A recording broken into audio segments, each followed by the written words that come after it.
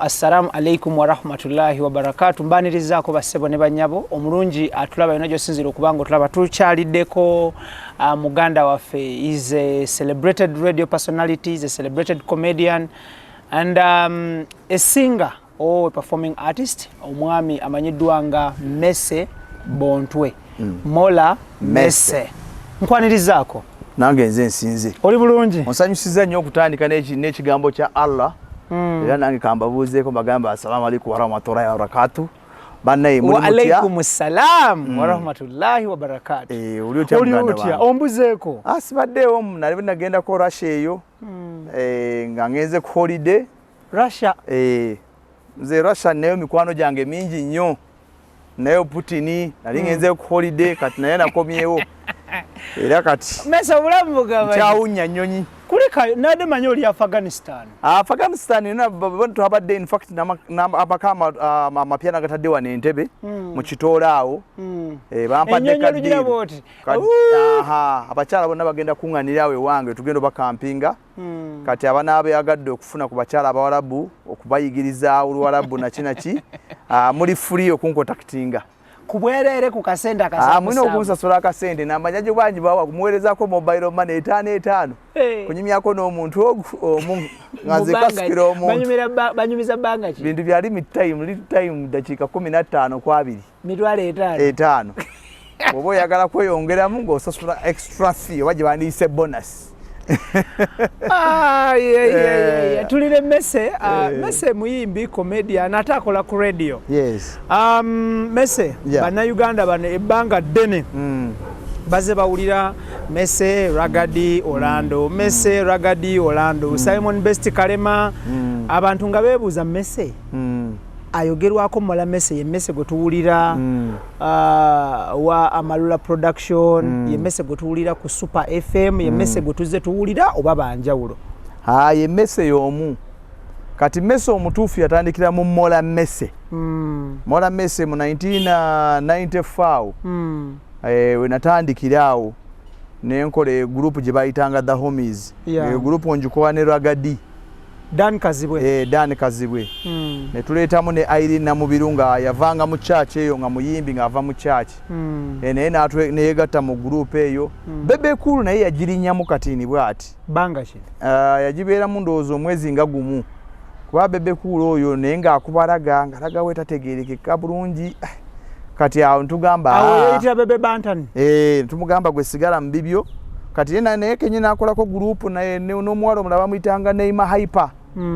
Kati awo ye n'asigala ffe naffe tusigala mu byaffe. Mwamuyimiriza yeeyimiriza.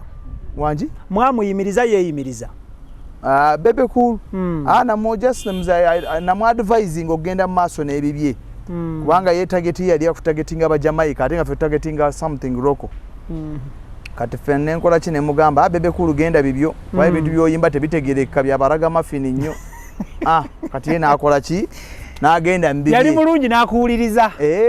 Bangi no benagamba. Bangi benagamba era baali banzungirako nga baagala akazindaalo. Ani omulala gwe wagamba nti Wine? Bobi Wine. Bobi Wine? Bobi Wine amuyamba nnyo by the way. Gakwata abantu beerabira. Bobi Wine amuyamba nnyo kuba Bobi Wine yatandika okuyimba ng'ayimba ebintu by'aba Jamaica ebitawulika ne muggyako akazindaalo. Ne mugamba leeta. Teyamalayo na luyimba. Awo nga muliwa? Ng'awo tuli mu Club Viper. Club Viper. Yabeera ku Equatorio. Ne muggyako akazinda kuba ntaddeyo competition z'abaana ez'okuyimba nsobola okufuna pickinga talent. Abaana nasobola okusayininga ku lebo yange. Soka naye yagiramu abo. N'ayimba ebintu tebitegeka ne mugamba leeta akazindaalo biki byoyimba. So awo n'akola ki? N'akivaamu. Naye bwe yagenda ate n'adda n'ennyimba ezitegerekeza Oluganda akagoma kalubendera. Massive tune. Massive hit. Ng'akyusizaamu era ne musinkana ne mwebaza ne mugamba wakoze ekintu ekituufu kati ofuuse superstar. So kati erinnya Mola Messe lyava eyo wala 94 bazituune awo ne tugenda mu zi Fairway Hotel nga gye tukola zi shows mu Sheraton Ballroom fe gye twakoleranga ng'ebintu biri of urban. Erinnya lino Mola Messe tutunulire Mola ne Messe livaawa? Kakati Mola Messe Mola kibeera ng'ekintu ekiri very fast. Kati Mola Messe ye Messe eri very fast mu kulowooza mu kubeera creative n'omukwangu yaki ekyegenda okukwasaganya. Message gye twogera ke rat? Yes, a rat. Mu bisolo byonna lwaki wachuzinga rat? Anti rat ebojja nerya akantu neyekweka negwa cover. Kyenkola nti nze nfuna akantu nenkalya nengwa cover. Abalamwe mumanyi nengwa cover nenzire nenjiya ate nenfumba buto nemala nenkomawo nendya nenzirayo. Okitegeera. So lyali erinnya lyange era ndi keepinze for some time. Banga waliwo kati awo Ragadi bwamala mu 97 awo Ragadi agamba agenda bweru kuba kiyonze n'ebigaana n'agenda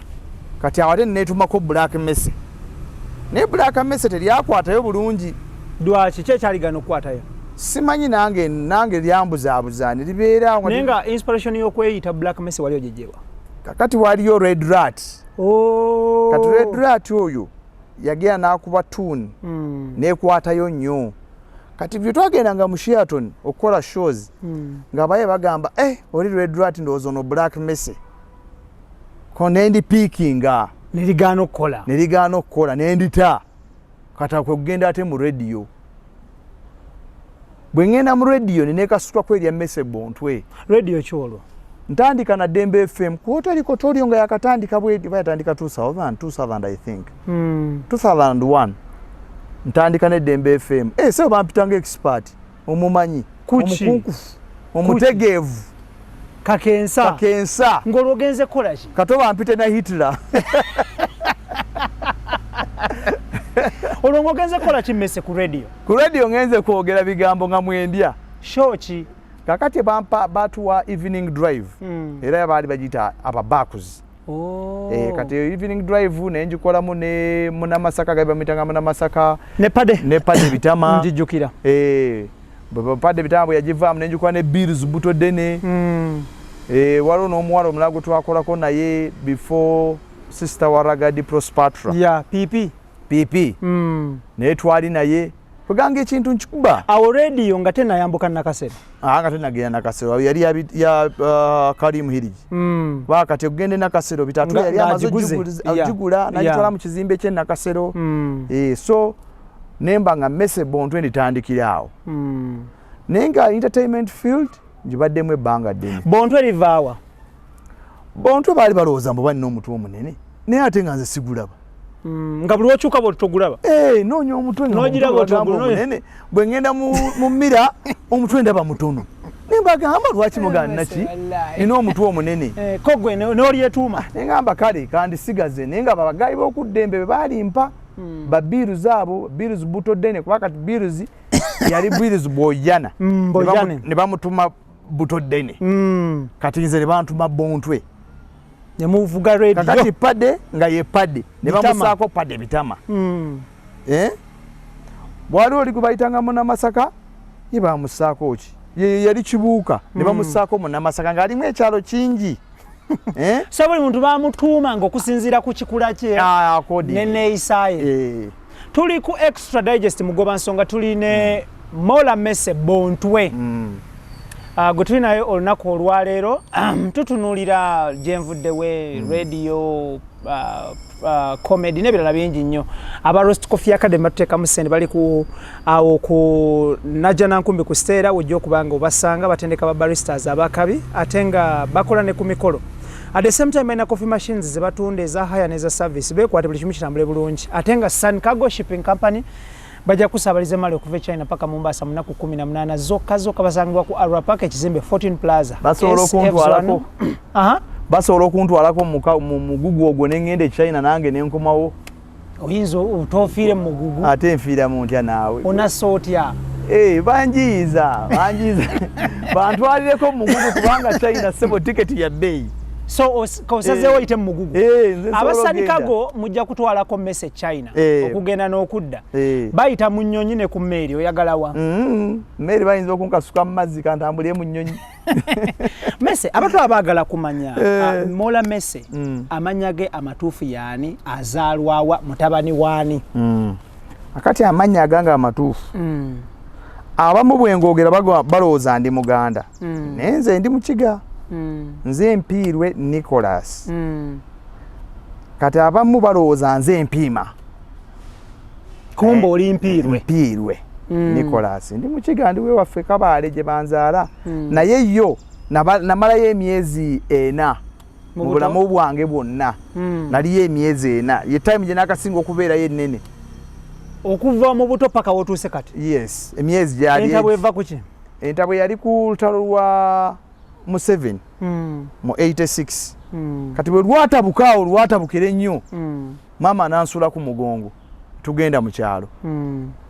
muvubutuka eno mugenda mu kyalo kwanze nabeeranga Nakasero nze mbadde mu kibuga mu Kampala ndi mu kaloli ya mu kibuga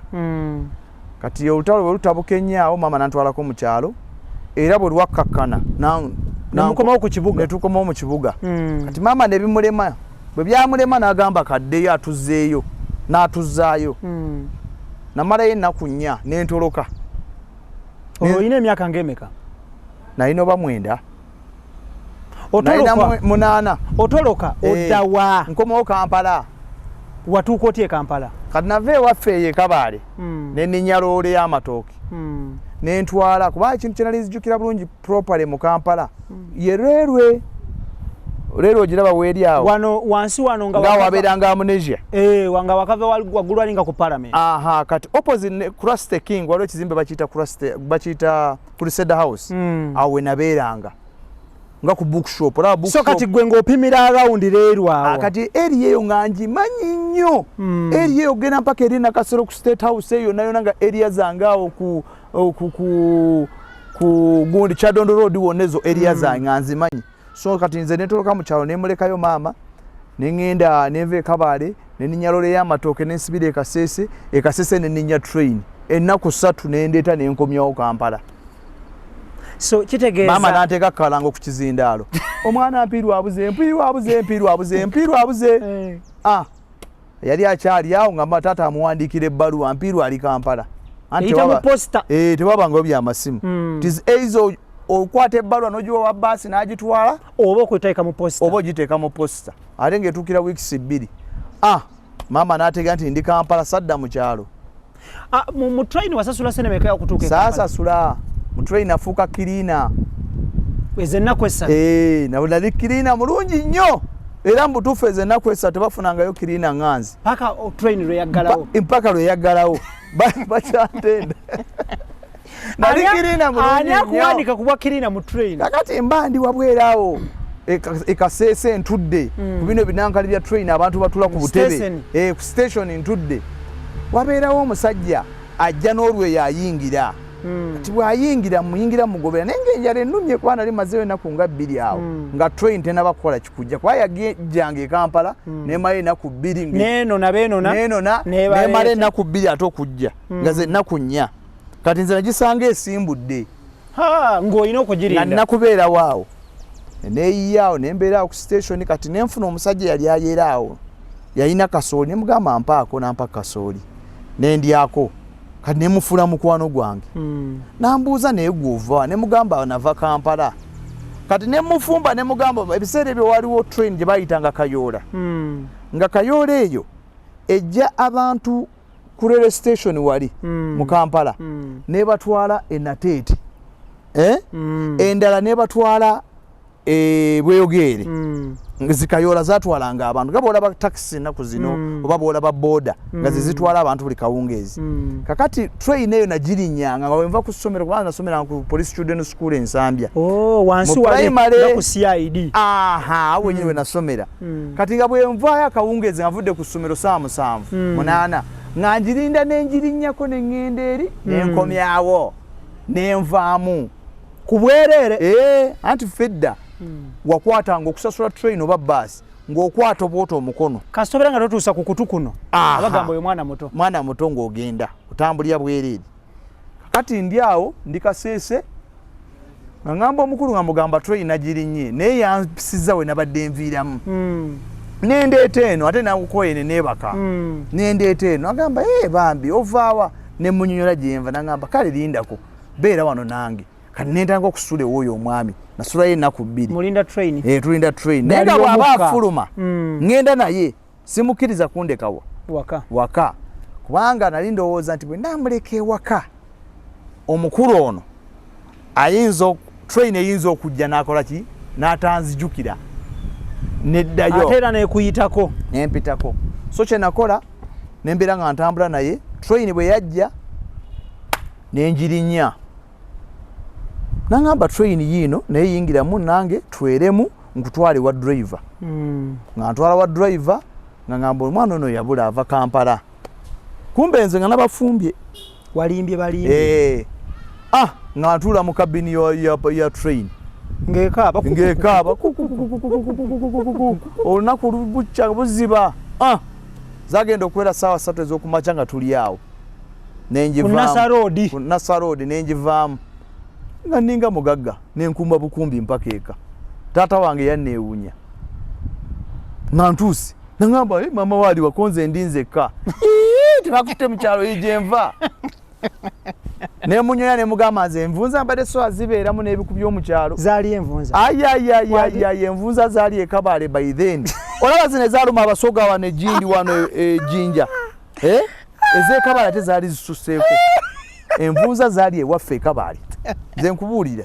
ate ebiku nga bingi anti kale omanye ebiseera edda tewabangayo concept z'okuyiiya ekiveera nti okiteeke ku mufaliso edda omwana yanywanga n'anywa n'afuka ku buliri ate nga tebaanika buliri kakati nga nawe ate tusobola obuteeka ebweru taata wategende wafusa oba maama wo ofune embooko era ng'obukweka n'obagamba sinnafuka kati amala kuyingira mu ruumu n'awulira ekivundu kya nnaku 4 gujja gwegatta omuki omusulo waliwo ebiwuku ebibeera mu musulo ogwo banaye bibeera byeru bibeera nganvu nnyo after some time omusulo ndowooza obukyafu n'omusulo bikwatagana ne bivaamu ekiwuka ekyo kati ogenda okulaba nga bijja nabyo wabirabako nze nali mufusi kyensobola okukonfaminga nze nafuka mpaka emyaka 15 tekisoboka nga kyenyo wali olwadde ki ajasi nayagalanga nnyo okwebaka nga nzanya nnyo kati wano nzanya nenkoowa kati bwe mba neebase nembeera newabeerawo ngenda okuwulira nga bagali bangamba mikwano gyange tuba tuzanya batu tufukeko wano nenfuka kumbe ndi mbuliri ogenda giraba oti ng'osembera eno ku mabbali lumu nasulako ne sisita wange namufukira sisita wange twalina abagenyi ewaka ngaebisenge tebimala ne bagamba Judisi yebake n'empiirwe kubanze Judisi ajje sisita ne yeebaka atunudde eri ntunudde oba nakyuka ntya mugongo gwonna nze nafuka nazanyanga nnyo mu buto bwange nemufukira obuli bwonna nemufukira naye kennyini ate ku makya nemwegaana nemugamba oyo yafuse mwetegereze bulungi si atobya omugongo nemwegaana mese bwokomawo e Kampala wazzaako ki train ekulese e Kampala kakati train entuusiza e Kampala nembeerawo awo myaka 2 olwomusulawa nkugambye Crusader House opposite ne Black Lions House eri Bikatatumba gye yali akayanira Shumuk gye bafuula Shumuk yali Black Lions House before nga yakatatumba Katumba yali muganda mu nkwano gwa taata wange nga bava ku kkubo lye limu so kati emyaka 2-3 mu 89 taata n'afa kitalo nnyo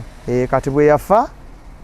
maama n'aŋŋamba taata waate kati afudde kati Kampala ogenda sigalayo naani komawo mu kyalo koggwe bwe twamala oziika nabadduka kwera ogwo gwakubiri okuddukayo nenkomawo e Kampala kuluna wakomawo otya mu paati 2 ku paati 2 nali nkuzeemu nalinnya baasi naye baasi zaali zakeera nnyo era nagigeza ate nga bwegenda tedda kuba ebinnya byabanga bingi mu luguudo so kati kyenakola ku olwo nakeera nnyo olwo ebisale bya baasi zabanga sente no bazaali 10,000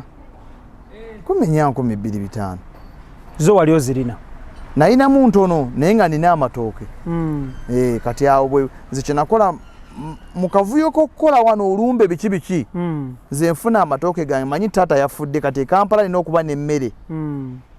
nkola ki ngamba nyingira mu lusuku ntema amatooke ngateeka mu kutiya nsirika ku makya nkeera nfuna akagaali nekyaliwa naye bakyali bange ku kyalo twakula nabo mugamba teekako emmere ku ggaali tugiteeka ku ggaali tugenda ku extension naye yali tamanyi gyendaga mugamba ninda baasi baasi olwatuuka nalinamu 10,000 zange 2 nzikwata nzikuba mu nsawo nzijjako 1000 ndiwo wa baasi kati 1000 wa baasi ki ntambula endeete n'emmere yange ngamba ntono nga mugamba nja kuwa ku mmere naye sina ssente endala yakkiriza ekyokumuwa ku mmere yakkiriza era bwe twajja mu baasi z'Abaganda awo kuola Mukwana Arcade awo awali Mukwana Arcade awali Mukwana Arcade awali Caltex edda wabeerangawo baasi z'Abaganda we zapaakinganga nantuukawo bulungi n'emmere yaffe alino baasi yatambuliranga ebbanga ddene kubanga twava eri ku makya ssaawa 11 ne tutuuka eno ssaawa 4 ez'ekiro ebinnya akati bwe tutuuka awo ssaawa 4 ez'ekiro ntunula ebweru nga buzibye jjukira awo okwambuka ennakasera awo wonna wonna okuyita omwo mwonna ekiro nga wabangamu abayaye bangi biseera ensi tenatereera bulungi nga temulina mataala mulimu ababbi mulimu obuyumba buno obumpi ne ŋŋamba nkoze ntya ono muwe emmere haafu osigaza haafu naye mugamba siva mu baasi mumala kukya koye kuba ne mugamba sina gyendaga wendaga nsobola kutegeerawo misana kiro sitegeerawo nagamba weebake neneebaka n'emmere yange ku makya nakera kuvaamu na mmere yange ku mutwe olwo olagawa ŋŋenda nakasero taata yafudde anti taata bwafa wano ku Crusade House naye nakasero nayo bakyali bange benazanyanga nabo ku Kyadondo Road gye wagenda kati bakyali bange awo baasulanga mu Boys Quarter neŋŋamba kangende bakyali bange kati ŋŋende nakasero awo olina emyaka ng'emmeka nali mu 13 awo ntuuka e Nakasero kati bwe nagenda abaami abo olwokuba nti abaana bano nazanyanga nabo nga tukyali bato tuvuga obugaali buno bu BMX kati taata waabwe nagezaako kwagala okuntegeera kati taata waabwe lumu taata wange nabula ekiro saasulawo kati baneiba ne bamugamba nti yasuze Nakasero alinayo mikwano gye gy'oba omunoonyeza kati taata wange yajja e Nakasero nga tannafa n'alaba oli omwami taata wa mikwano gyange kati bwamulaba n'amutegeera kati nga omwami akola ki nga nnyaniriza ngamba ti ng'ozze kusula wano ovaawa namugamba nti taata yafudde yamuluma nnyo nangamba kati ogenda kubeera namugamba sirina nangamba abeera mu Boys Quarter omwo ne bakyalibo gwe natandikira nze sadda mu kyalo Kabulaza paka na leero mpaka kati ate ekibuga nakivaamu bukulu nze nali sivaanko mu tawuni vaaku bino byogamba n'emakindi wano olabawo wano okutegeera emakindi nali myaka ndowooza nga 25 okutandika okutambulatambula wali tomanyi Makindya nali muwulira naye nga sigendayo mu bifofufu ebyo so taata afudde taata wa mikwano gyo akusenzeza akwaddawo okusula butandise buto ozzaako kyalo kati taata nga nkyalina taata yali mugaga bulungi bambi yali asikaali ku kizimbe ekyo kati kyekyera we twali tusula ku Crusade House kati kyekye ekyo vola kyalina kyangu okuvaawo ne ŋŋenda mu Police Children's School Ensambya kati gye nali nsomera kati eno Ensambya bw'amalayo okufa nga so ategenda Nsambya kati omwami oyo ng'abaana be basomera mu Nakasero Primary School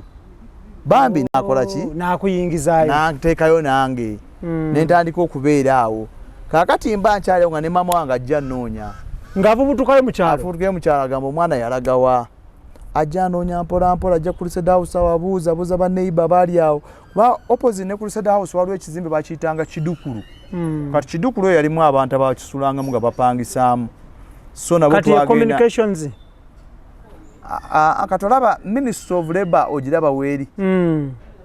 opposite naye waliwo ekizimbe era akazimbe ako kakyali kampi tebakamenya kubanga ate bw'ova ku Ministry of Labour kuliko National NSSF kati ate NSSF zibwe nakulya kyali kinnya teyaliiwo kyali kinnya nga bagezaako pulaninga ogizimba naye nga yabalemeera ng'era wansi wonna wajjudde emitayimbwa wansi so kati omwami oyo nannyingiza bambi mu ssomero Nakasero Primary ne ntandika okusoma naye omwami yali mugezi nnyo ate ebiseera ebyo yali ambasada wa Uganda e Zambia kati ng'alinamu kasente omanye abantu abasomye nga musajja musiraamu alina eddiini Umaru kati nambeeza mu famire ye nembeera n'abaana be nenkulira awo nantwala mu Nakasero Primary nensomera nakuzaala nanzaala kati awo daba ate alina ebintu byenjagala yalina TV enene bwetu eya firimu kati nga nze nsiba mu ziri tape ziri tape kati nga bwagenda eri ajja nazo firimu ezakajjempya n'alekaawo naye nga ayinza n'omala omwaka nga taliiwo naye nga mubeerawo tulaba firimu ewaka kati mbazeewo omwaka nga gumu kati nentandika okufuna mikwano gyange mikwano ki gye nafuna DJ Alex Ndawula eyali ku Capital Alex Philip Mukonzi Ndawula oyo kakati ebiseera ebyo babeese disco ez'emisana Transday kadanke ziri ku Nkuruma Road wabeerangawo ekirabu bagitanga Echoes kati Echoes eyo nga ffe abato tuzina misana abakulu ne balumba era bagamba nti luno lwe luyimba olusembayo kati disco bagikubanga ne bakuba reggae raga ne bakuba bikiika ne batuuka ku climax ne bakuba ekiringala kyekiggalawo tekino yaggalangawo nedda sebo munyigo wangi siro olwo be munyiga bavaawo abaana babangawo babebi babangawo babebi bavanga amaka gabagaga omuna munakasiro omuna omunyigo kusebo ng'omunyigo ng'oyikwata omuntu bwoti myaka 15 awo n'onyiga omuntu naye nga tukajjudde temwabanga zi AC temuli zifaani kati nga tutuyana n'ojjamu esaati n'ogika mu looti n'omala n'ogizzaako n'otandika running man amazina ga running man yes nga ge galiko in fact nze abantu benalaba baali mu biseera ebyo Kaliisa ono wa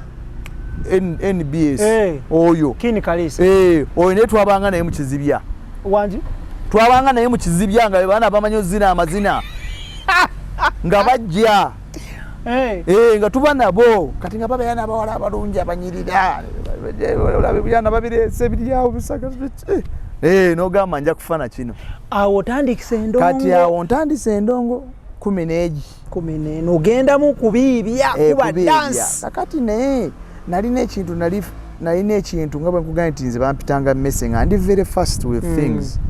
kati nga njagala nnyo okumanya DJ ono akikola atya kati nga nyingira mu DJ's box ogayi nga mufuula mukwano gwange Alex Ndawula kakati gundi club teyalina generator nga amasanyalaze ebiseera gavangagako buli kadde jukira nti oli Gayi Umaro yankuza nga yalina generator alina equipment nyingi kati olumu tuli mu disco tuzina saa ziri mwenda tutuyefena ne gagenda negamba Alex amasanyalaze gavuddeko gatya nga tusasudde sente zaffe mwayingiriranga mmeka bazaabanga 10 oba 7 Pezi tiontono so mugamba amasanze gavuddeko twasasudde nanga ale bisera load shedding yabanga amaanyi nnyo buli kadde nga gavaako angamba munaye nkubuulire situlina kyakukola gavuddeko ne mugati mulina generator jukira nti nze mbimanyi twambeera wa mugagga alina projector alina generator alina movies ne mugati mulina generator tetulina ne mugamba nze na generator waka aseka nemuganda generator waka jukira all in the name of kuba ndongo nangamba okirina konzi nemugamba oyine motoka tugende njuba we generator museko tuzine fama zinaga fenti ye katugende nakasolo nyingira mu store nzija mu generator njikuba muki generator y'abaana yo mugaga ate abaana nze nabanga nabo bana bo mugaga tulina ffe mu kizibya mbagamba disco video tulina kunyweza abantu baffe tulina bu baby jukira tulina bu baby betuzza kati mukuleta jina nenzaka amasanyalaze nga kinzimbisa mu baby ndi yalese generator jukira bulungi bwali butuddawo ne mugaga ngene mbuze DJ masanyalaze gabadde kyekibaddewo kati nkoma okuva Alex mbugamba buno bu baby ntikangene muzeko amasanyalaze nga bunneewuunya tugira tuleta generator bagisaako omuziki guddamu yafuuka mukwano gwange mpaka kusaaka kati. That is very good. Kakati nga buli weekend nze nyingira bwerere kubanga begava ako mazo okuteekateeka nyingirayo begavaako nze gubalina okukola ki ocontactinga olete generator nze ne group yange abantu 7 tulina oyingira bwerere manange kati nga nyungira lisafuka mukwano gwange kati bwaliwo yakubiranga manyi bakubanga LPs LPs ge mayinja amayinja bagateanga ku turntables techniques kati nga LP yabanga ne version zinya ng'erina radio version, dancehall version, instrumental ne vocal version. Kati nga bw'ateekako instrumental owuliramu bigambo omuntu asobola okujamingiramu kakati ng'agenda akuba instrumental ng'ekuba banaezakubanga nga mugamba mpa akazindalo nange ndyemu nga mpa akazindalo olwo gwe gusookera ddala nga mpa akazindalo 15 ndi myaka 15 mpa akazindalo ntandika okulyanga mwagamba olina accent jukyandize accent njifuna ku baana abaana be nabeeranga ku baana ababagagga ennakasero kuba abaana be nabeeranga nabo teboogera Luganda abantu ba luzungu throughout baana babacyoli baana babajasi bonna babeeranga mu Sheraton hotel awo nakwati zabangamu teyali hotel mwabeeranga mu bajasi by the way Sheraton hotel fe twakwatiranga nga onsenene gwejolaba 95 I think 95 olonga lwaki mukwatirawo onsenene anti wali teyali nkole bali abajasi baali bagiwamba so kizimbe kyaliwo naye nga kifulukwa nga mulimu abajasi be babeeramu ngire ensenene abajasi baani baamini Bobote ba Museveni kati aba Museveni Bobote baalimu aba Museveni nabo ne bajja ne bakola kine ne bajjamu Bobote ne bajjamu Bobote ne bayingiramu kati nga babeera omwo ngera ffe tuzanyira tuvugira obugaali ensenene bwe zijja mu tukwate ensenene ne tugende nakasereri kujja nali embeere kya Dondo Road ne tupoyesa kakati munnange ojaminga wali microphone nkwata kati Alex angamba gojja okubeera nga MC buli weekend gwe MC w'abaana ampa omulimu oguze MC w'abaana buli weekend ekizibya naye ekiro nga tosobola kuyingira kuba oli muto munnange tutandika okubaraga kati awo mu 94 Ragadi ajja ava wano ava Masaka Kitovu St Henry's Kitovu aze nayo kubaraga tebasobola muwa akazindaalo nga wendi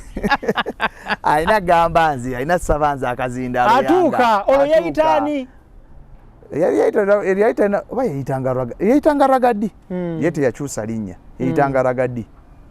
akati atuuka ngamba mbayagala akazindaalo ngamba ya akazindaalo genda kuba kiyo manyi tomulabanga simulabanga nkonda bafara ali awo kataala naye nga mukulu mukunze akati munnaye Ragadi ngamba bampeemu konze tofaayo ngenda kuwamu ne tonswaza kubajukira nanga akazindaalo bampakawe nze nkafuga wokoononera bwoteri byononesa naye nga ate ninaye ekijinje kya generator nze mbawa Ragadi yakuba atya Ragadi yajja yave Masaka ng'amanyi bino ebimba bya Chaka Demos and Pliers Mada she wrote Peter Pata kati batuteekako instrumental ebirimbo lwali lwakafuluma nga lye hit eriwo tusaako instrumental agikubanga bweri Ragadi ansuula obubonero akunafuya akuzza mu kyalo omuyaye bwannafiiza munnange nkwata Ragadi mugamba kale ojja kujjanga tukubenga ffenna kati naye nga yakubanga ebintu ebyo Jamaica ebyo nga tebiri ebiseera ebyo mu areas zaffe tewabangawo nnyo raga wabangawo nnyo hip hop so byali tebikola nnyo kati ate nze nga ndi wa hip hop kati Ragadi ne mugamba omanyi kyogenda okukola ebyokuba ebyaraga abantu babitegeera gwe rapping mbuzize mu Luganda bifune audience Ragadi nga abizza mu Luganda nga bikwatayo in fact nga sikulimbye raga wo Luganda yatandikira kunze na Ragadi mu Uganda bano bonna abajja bayite bakubalaga wa Luganda era bwe twagendanga mu masomero okuperforminga zinamasagali zikibuli zinamagunga nga balowooza tetwasoma kubanga muyimba Luganda nga tukubaraga mu Luganda ebigambo ne mu rap nze nabijjanga mu Luzungu nembiza mu Luganda Ragadi nga abijja Raga nga amujja mu Luzungu namuza mu Luganda kati nga tukitambulize ne kikwatayo awo nga kusoma wakuvaako ng'okyakuliko nga nkyakuliko olwo ng'osomerawa kakati awo nga maze okuva e Nakasero primary nga nyingidde waliwo ekisubi olaba nga Namuŋŋoona asi Namuŋŋoona Namuwongo Kibuli Namuwongo eri waggulu waire emabega ga Muyenga eri gye bakubira amayinja Bukasa kati waliyo akasomero bakayitanga Kisubi Secondary nga mwendingo mugaga mwantadde olwo ambassador era akusasulira fees kati nga jenva nengendeka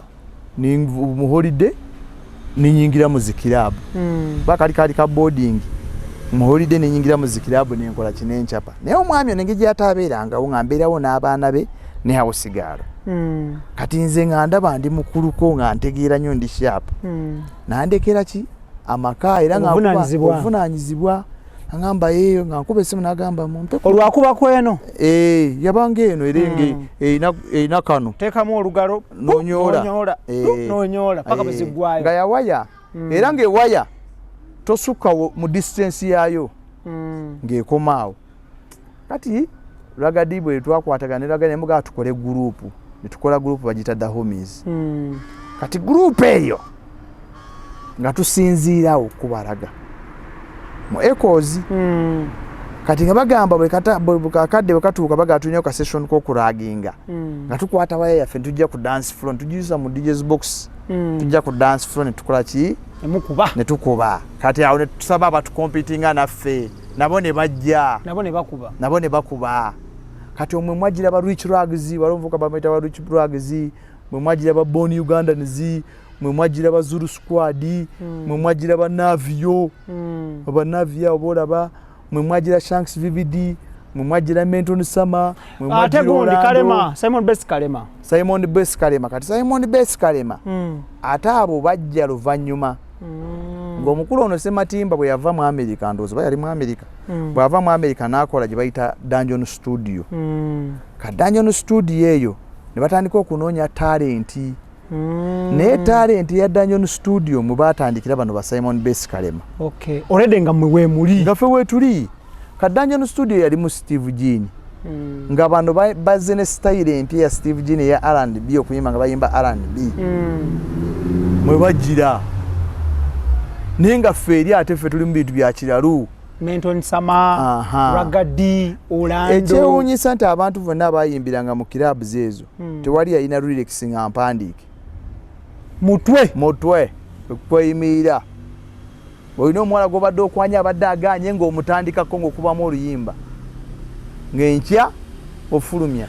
aba Dynafam bebateka mu sente basangibwa awo Kololo Mackenzie Val Plot 19 Dynafam batunda supplements batunda fertilizers tunda eddagala eryakabi ery'abaami n'abakyala bekwate buli kimu kitambule bulungi ate nga Almeridian Ventures Limited bakutwala kuba kyeyo ekkata bekwate buli kimu kitambule bulungi ojja bakubira ku namba z'essimu ezo oba ogendeko ku offices abaawe entinda nga bakava ku Hardware World bakutwale okuba ekyeyo ekkata mirimu egiri mingi nnyo ate basasula bulungi nnyo tuline Mola Mese Nicholas Mpirwe Mese njagala tutunuulire Orlando yakuba nakonkona yasooka sirikawo baby ne balwana ne Katolu Bwama kuba Katolu Bwama yali agamba yali akoze akalango kasirikawo baby ebizigo bijukira kakati ne balwana engumi najirimu eyo okulwana kw'ebigambo bakuno yali panchi yennyini Orlando ne Katolu Bwama wano ku Pride Theatre awo na Mirembe Road wano ngoyamu awo waggulu kati mwali mu theatre nga theatre eyo oluso akawungezi tumanyi okukolerawo Transday Jams baba lyawo Orlando azze okuyima ne Menton Sama bayimba sirikawo baby mukulu Katolu Bwama naye najja omwana akabanje ayayaya n'abagamba lwaki muyimbuye oluyimba lwange bayina bamugamba gwe wakola kalango wantugambe lwaki muyimbye akalango kange engumi n'enyoka ani yawangula ate bali bayiba yaye naawe Katolu Bwama n'apowa akkirira ku ttaka Katolu Bwama n'akkirira ku ttaka Menton Sama n'Orlando bakuba Katolu Bwama ebikonde baba Katolu Bwama n'akkirira ku ttaka n'akivaamu n'agamba ndutadde sijja kuyomba nabayaayi era kuva olwo yetayomba nabayaayi ababeera wala oluyimba ne balutwala kitegeeza initial oluyimba lwa sirikawo baby kaali kalango ka Katolu Bwama the whole idea yava Katolu Bwama kukola kalango bano ne bakolamu oluyimba kubanga akantu ako katambula nnyo kakati nga omuntu yenna akabuukira oba ogenda kufuna tutunulire ebyensasula ani yakafunamu ssente eziri legit essente zaali real okuva eri ba company banyini bizigo ebyo ye Katolubwama yafunamu ez'ebizigo n'akomaawo kati Orlando baafunamu mu kugenda mu shows ne bayimba ate ne album baagitunda baagiguza Kasiwukira Sirikawo Baby Kasiwukira oba yawa milioni 8 yabawa milioni 8 bawako Katolubwama ate nga bamuwaza ki ye yafuna ngumi yafuna ngumi n'azikira n'akita ekitegeeza mese ebintu by'abayimbi bino okulwana tebitandise juzi wano si bya juzi byadda byakuva dda byadda kubanga nze nzijukira edda bwe twagendanga mu zi Transit waliwo ze twakoleranga ku Silver Springs ebugoloobi ku swimming pool era abayimbi baalwananga nga beekuba ng'abayaya abayimbi abamu bava ekolo baali bayimbi ate nga bakubi ba bikonde kolole ekikonde kyabatiimu ya Nyakaana ng'era bakuba ebikonde simagiza ng'ogwa mu nnyanja nga bakkirira nga bagenda so music ye kuva dda okulwana kwaliwo baalwananga ate ng'abangi bakopa nnyo western life kubanga era Tupac Shakur baguli balwanye ba BIG so nga bye balaba eri stories ze bawuli okuva eri ze twalabanga mu magazines kubanga ebiseera byaberanga mu magazines TV zaali ntono nga totuza kufuna mangu information so byabanga mu magazine nga babisomako nga bajja biteeka mu nkola nga balowooza nti lwojja okusobola okupuulinga audience y'abantu okutegeera. Okay, Menton Summer ne Orlando bakoze album ya Sirikawo Baby bakoze oluyimba Sirikawo Baby kakani ate banakola eyo njawobuzi Orlando nze nasooka omulikodinga mu studio yange nga bagiyita bate studio yo Mega Tracks olwo gwe producer nga sinze producer nze nyine ebyuma naye nga waliwo gayi uchaliwa nga akuba keyboard wano mwanga jukira kujinja road yawo oli omugaga bwagende Zambia mu kwembasi akomawo ne cassette tapes ebirecordinga byonna abinkwasa gamba biteke mu room yo yimbisenga kati nze mbikosa okurecordinga ki audio tapes omanyi tape okudabinga omanyi tape eyo wali ogirabyeko cassette yes gitwanyolanga bwetuti nga bwebe weddeko side ng'onyola boti neze kakati nze ngoteka mu pen nazo recordinganga kati mu studio Mega Tracks ngeri wali nga ku railway eri around ya wali nga kizimbe bakitanga Ashoka building kati Ashoka building eyo nafuna ko space amasaa 3 n'eteka studio nenga buli wa Sunday studio recording tape banziga itubera mu kubaraga neki neragadi ne yali namubiru ne sister waragadi bamuyita Sister Sledge sukati yali na Bungereza giyabere eyo yafumbirwe eyo gyabera ne bawe ne n'abaana be so kati Orlando bwe tugendanga mu Silver Springs okubaraga mugamba nze na studio jankole ki ku recording kati Orlando ajja naye atuukawo bamukwasa akazindalo biri byabanga tracker bwetandiko olina gitwala mpaka lweggwa tozikiza eri byakuzikiza mbati tu editing bw'okuba embogo gw'omanyi embogo etambulirawo wa keyboard nga atandika nga okwata microphone ng'ovulukuza kati Orlando yatandikira awo ku Mega Tracks ewange mu studio yo kati n'omulala yatandikira awo Bebe Cool naye yajja kwawo naye n'arecordinga mu studio yange Ragading of course Ragadimbe ya naye namubiru Brady wange twabanga ffenaawo wono olimba twakuba bamusakata twamukwira ku studio eyo nitukuba olimba olwabalitanga mukwano awo wenyini nyimbe ezatambulanga ebiseera ebyo naye nga bwe tracker bwekuleka ensobi gy'oba okoze teri editing kiba kiwedde kubanga onaakuba wano microphone ogikutte bigenda wali mu cassette tape ne turecording enkeera ntugende wakasiwukira n'atuwa ssente bwe bityo byabeeranga nga biri very simple naye nga olina okuba olina ki albamu yammwe gye mwasooka okutunda yali albamu ki albamu gye twasooka okutunda yali Mukwano nga ndi ne Ragadi tuzaako albamu mu mwezi gwe gumu gye bayita bamusakata mwagitunda sente meka Nzijukira album eyo bamusaka twajiguza kasiukira $12,000,000. Naye yali etambudde nnyo oluyimba lwayimba nnyo abantu ne balwagala. Bamusakata kiboko n'azimatira. Abakozi b'ebinnyo. Aha. Okay. Lwatambula bulungi. Tugenda kuba tukoma wano part 1. Tugenda kukomawo mu part 2. Mu part 2 tugenda kutunuulira evolution ya music wa Uganda. Je yava, watuuse, nachi. Then mu part 2 tujja kutunuulira comedy. Batandika batya comedy bamese bano because era batandika comedy mu Uganda nebirala bingi nnyo but as of now katusoka tuwumulire wano ku Extra Digest mugoba nsonga Ibrahim Mukasa gemanya gange tubadde ne Mola Mese Bontwe Mpirwe Nicholas akola ku Super FM era nga musajja wa kabinyo tugenda kuba tumuwumuzamu tujja koma unate olunaku olulala mu part 2 era nga nebaza Idris Daniel Keith Netone nebaza Dynafam nebaza Almeridian Ventures nebaza Roast Coffee nebaza Nessan Cargo Shipping Company. Katukolemu bwe tuti tujja koma unate mu part 2 tovaawo. Nganyuguze ngoye empya. Okay, assalamu alaikum wa rahmatullahi wa barakatuh. Wa alaikum salam. Part 1 bwe tibwerabise tovaawo.